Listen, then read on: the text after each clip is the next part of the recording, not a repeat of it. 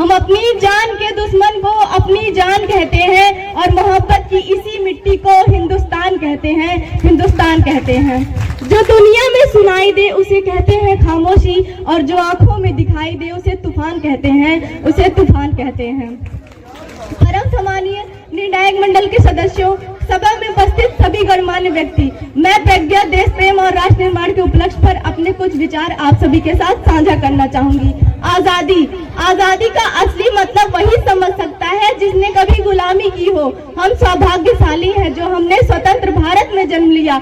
यूं तो आजादी की लौ तो 1857 में ही जल चुकी थी, जो वर्षाल बनकर 1947 में हमारे देश को आजाद कराई। प्राचीन, मध्यकालीन और वर्तमान भारत के उदाहरणों से स्पष्ट करना चाहूंगी कि जब हम फिरंगियों के फेरे में फंस गए थे तो रंग दे बसंती चोला की एक आवाज पर टोलों के टोले उमड़ आते थे और उनके वंदे मातरम के नारों से खून में आने वाला एक व्यक्ति 5-5 डिग्री का तूफान, अंग्रेजी चाशकों की जड़ों में तूफान ला देता था।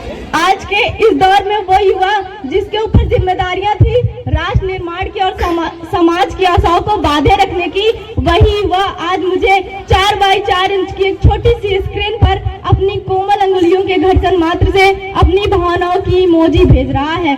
4 बोतल वोट का काम मेरा रोज का। अरे भारत का भविष्य तबाह कर रखा है।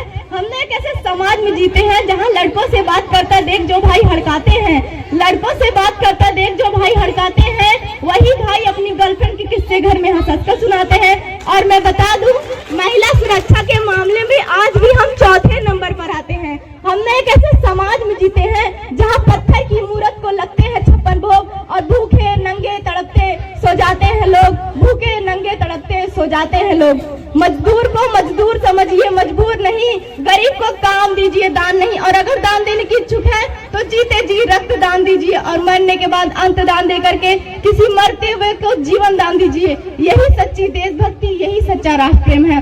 न सरकार मेरी है न रब मेरा है, न सरकार मेरी है न रब मेरा है और न ये बड़ा सा नाम मेरा है। बस इतनी सी बात का गुरूर है मुझे कि मैं भारत की हूँ और ये भारत मेरा है और ये भारत मेरा है।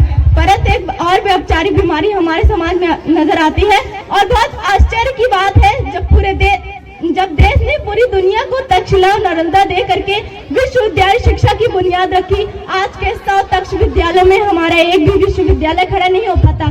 जहां एक और हमारे पास IIT, IIM और NIT जैसे शिक्षण संस्थान है, वहीं दूसरी तरफ इन गरीबों को गरीबी की जमात पर खड़ा करने के लिए उनके हाथों में सर्व शिक्षा अध्ययन का झुंझुना पकड़ा दिया जाता है। और मैं बता दूं, इस शैक्षिक बीमारी का केवल एक कारण वो ये कि हमारी देश की शिक्षा नीति केवल 2 तरह के लोगों के लिए बनती है। पहला वो जो विद्वान है और दूसरा वो जो धनवान है।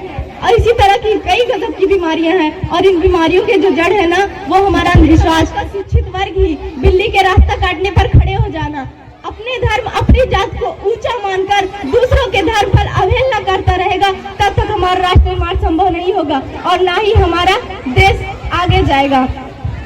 और अंत में मैं बस इतना ही कहना चाहती हूँ कि हमारा हिंदुस्तान महान था, महान है, महान रहेगा। हमारा हिंदुस्तान महान था, महान है, महान रहेगा। होगा हौसला सबके दिलों में बुलंद तो एक दिन पाकिस्तान भी जय हिंद कहेगा। पाकिस्तान ही क्यों